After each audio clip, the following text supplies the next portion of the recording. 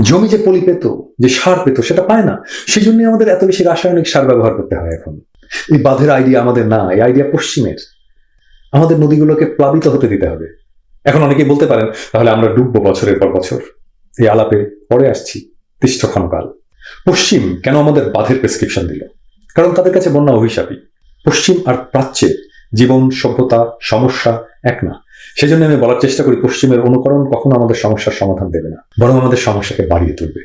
ঠিক একইভাবে পশ্চিমের সেকুলারিজম, সেইটার অবিকল অনুকরণ আমাদের সমস্যার সমাধান দেবে না, আমাদের সমস্যাকে বাড়িয়ে তুলেছে। আমরা দেখতেই পাচ্ছি।